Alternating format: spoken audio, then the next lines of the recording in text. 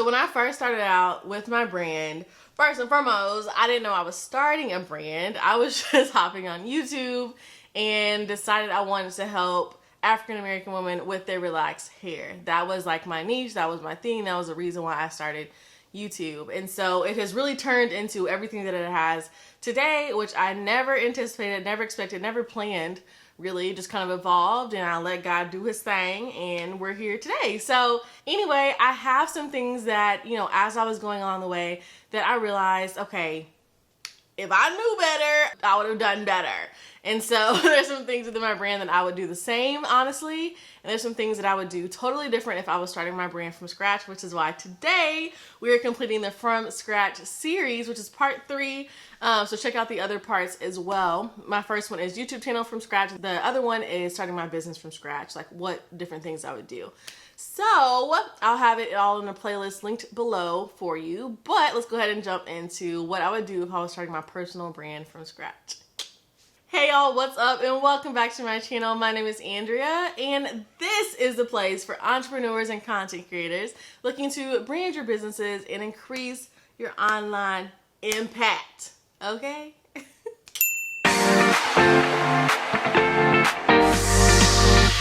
So let's just cut the fluff and hop right into the things that I would do differently. Again, like I said in the intro, I had no intention of starting a brand. I was just wanting to help women, and it has turned into what it has today, which I am beyond grateful and beyond blessed for every single one of you. Seriously, like for real, for real. I wanted to help you guys, and if you are just starting from scratch, this could help you. If you are, midway, point, whatever, wherever you are in your journey, hopefully you can take some bits and pieces from what I'm gonna say today, things that I've learned, and then things that I, without knowing, did right, and am glad I did. So let's go ahead and hop in. Okay, so number 1 is something that I would keep the same. So I'm gonna kind of break these things up into the same and different. I would continue to share my story. If I was just now starting my brand, one of the big things that I feel like a lot of people struggle with is well, I'm gonna run out of content ideas. I'm not gonna know what to post. What do I talk about? And something that I did in the very beginning, which I didn't even realize I was doing, was I was sharing my story as I went along. I was pretty much taking people along the journey with me. Yes, it was how-to content. Yes, it was helpful content. Yes, it was, do this if you want this type of content. But it was also bringing people along the journey with me unintentionally. And so that's something I would definitely do again, share my story, who I am, why I do what I do, why am I passionate about it? Because it has all kind of come together, and you guys have kind of seen me and this brand kind of evolve online from the beginning. So it's really cool to have you guys a part of this. As I've grown, you guys have grown with me, and it's just been a really cool experience to see. Now you guys have seen hiccups, the crazy parts, the bad parts, the what the heck is she doing now parts, the oh my god it's so cool parts. You've seen pretty much all of it if you guys have been around for the length of time that I've been here on YouTube. So definitely I would keep the same to share my story, because truly your story within your brand is your power. You sharing your story, because nobody else has that same story. No one, literally no one has that same story and that same power. So sharing your story within your brand, making sure that is clear, and don't be so consumed with, okay, I have to do this type of content. It's no, just document the experience as you're going along. You know what I mean? Yes, provide value. Yes, be sure you're talking to one, specific targeted person / group, and all these other things that we can go through the list of. But when it boils down to it, you guys, sharing your story and documenting it for yourself and also for the people who are going to come along with you is extremely, extremely important. And it's something that I'm so glad I did, even though it was not on purpose. So yeah.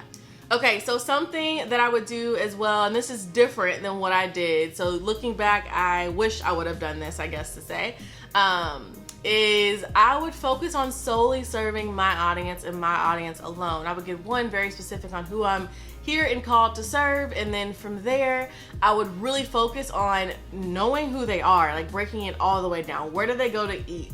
What do they like to do on Sundays? Break it all the way down so I can speak to them at the level of which they are. You know what I mean? So if I'm talking over here, my audience is over here, then I'm not gonna catch them. I'm gonna catch these people over here that aren't my target audience. So I wanna break it all the way down to figure out, okay, what, in all the details, who is my target person and how can I reach them online? That is the big aspect of being a marketer. That is a big aspect of just serving the people who you are called to serve. If you can reach more people, you can serve more people. So I would definitely say not being so consumed with, you know, I want to help everybody, like that whole mindset. And nothing's wrong with that.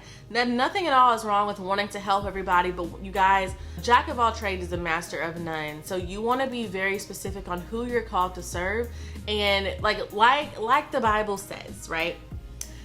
We are all a part of one body, but all different parts. So if I'm over here and you're over here, we're still a part of the body. We're still having kingdom impact, but we're serving in different areas. So I may be serving this audience, you may be serving this audience. It is not my job to try to serve every single person in the world. Like, name one company that successfully serves every single person in the world.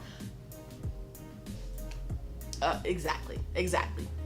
So, for example, looking back on like Whole Foods attracts a certain type of person. They attract somebody who is very healthy, that probably doesn't eat, you know, McDonald's more than twice a week, or things like that. You guys know, like, they like that holistic, that healthy lifestyle. Maybe they're in a higher, like, maybe tax bracket or make more income, because Whole Foods is a nice little penny, okay? But you get what I'm trying to say. Like, they attract a certain type of person, and they do it very, very well. Same with really all these other brands out here that you guys see, all these other companies, they do it well as well. So if they're still in business, obviously they do it. Okay, who cares? Anyway, but I'm trying to say that because I meet so many people who are like, well, I want to do this. And I'm like, okay. And it's really, really important to get very specific on who you want to serve and what you're called to do, okay? Very important. Okay, so another thing that I would do that is different than what I did before is I would focus on providing value over obsessing over equipment. Okay, and I know this hits somebody on the gut, just right there in the gut, because this was me, and I know it's some of you guys, because I talk to you guys quite often on various different platforms online. And for me, it was like, well, I have to have this camera. I have to have this 18th backdrop. It's like, sis, why do you need all the colors of the rainbow for your backdrops? You don't. Like, pick one and move on. And you don't even need any. But anyway, besides the point. But I'm saying that to say, instead of obsessing over the camera, the mic, the tripod, the this, the that, all this other stuff, you guys, there are people out here who have grown to thousands of subscribers, thousands of faithful viewers, just by using their iPhone and nothing else, and propping their phone up on books. Back in the day, whenever me and my best friend was making these crusty videos online, God bless us, we were stacking our phone or our little point and shoot camera on top of books, on tops of like shoe boxes and stuff like that. And so do what you can with what you have. You do not need all this fancy equipment. It doesn't make the production value look really cool, yes, but if you're not providing value and you're just like a pretty face floating around on the screen, or you have like really bomb lighting and quality, but you ain't really talking about nothing, you're not gonna keep people on your channel. So really focus on providing value. It's something that I did not do because I was so upset. Well, I did provide value, but I was more obsessing over the equipment rather than solely looking at, hey, how do I provide more and more and more value to the people that I am serving within my channel. So yeah. Okay, and so before I forget to tell you, if you guys are entrepreneurs or small business owners looking to brand your business, looking to create that evergreen marketing funnel that YouTube can create for you, then I want you to come check out my program called YouTube Pro. Way more information is on the application page, so check it out. I will put it down below in the description box, as well as right here on the screen for you guys. But if you guys are ready to master the power of visual storytelling, you are ready to really stop having to chase clients like every single second and wonder where the new client's gonna come, but you're creating that content, you're creating that evergreen marketing funnel that's going to pull them to you and naturally attract them, then come join YouTube Pro. It is freaking phenomenal, and we are almost at capacity. So I will tell you, if you are interested, don't even hesitate, don't even think twice. Go check the link in my bio and read over the application page, and if it applies to you and if it's a good fit for you, then go ahead and apply, and we'll talk to you soon. So didn't want to forget to say that. So yeah. Okay, so the fourth thing that I would do, and this is the same as I've done before. I don't know how to say that. One of the same things is that I would also start on YouTube. My brand was really built on YouTube. I started on YouTube. Yes, I had an Instagram platform before, but that wasn't really like my brand. It was just me posting because I don't know. Just, like normal. But my brand really like started and took off on YouTube. So I definitely still start on YouTube because YouTube is a search engine. YouTube is a search platform. It is great for attracting your like target audience, attracting leads, attracting people like that to you, and to build that relationship with you, especially because it's through video, especially because this is the most like natural way to talk to somebody aside from being in person, if that makes sense. So you guys can see my facial expressions, you can see like how everything, you can see like it's like real time me talking to you just through a screen rather than in person. So I definitely love YouTube, of course, obviously, and I would definitely start my brand on YouTube again if I had the option. So yeah. Number 5 is I will get really clear on my niche and what I want to do. Like, not look around, not constantly be like, oh, what is this person doing? Oh, I kind of like that. And it's okay to look and see, okay, oh, I can use it as inspiration or things like that. But it got to the point for me, I was looking at everybody else and what was succeeding and being like, oh, I'm gonna do that because that's a quick succeed plan. I don't know. And it wasn't fair to me because I was looking at somebody else's phase 30 and I was on phase 2.0. And so I could have just said 2, whatever. Anyway, but you guys get the point. It's like I was comparing myself, I was comparing my brand, comparing my channel to everybody else. And I was just like, oh, well, she's growing fast. Maybe I'll do this because then I'll grow fast. And it was just solely focused on that rather than, again, like I said, providing the value, the ultimate level of value. And I'm not saying you can't look for inspiration, look for, things that people are doing that is working. That's fine. But in terms of my niche, being very clear on what I'm doing and sticking with that one niche, sticking with that one problem that I am solving within my YouTube channel. That's something I would say. And then also to know who I am and who I am not. And that really goes directly into like my niche as well. Like, what do I do and what do I not do? What do I stand for and what do I not stand for? I wish I would have been more focused on attracting the people that I wanted to attract and speaking from my area of what I believe and not being so focused on everybody else is gonna think, to be honest with you.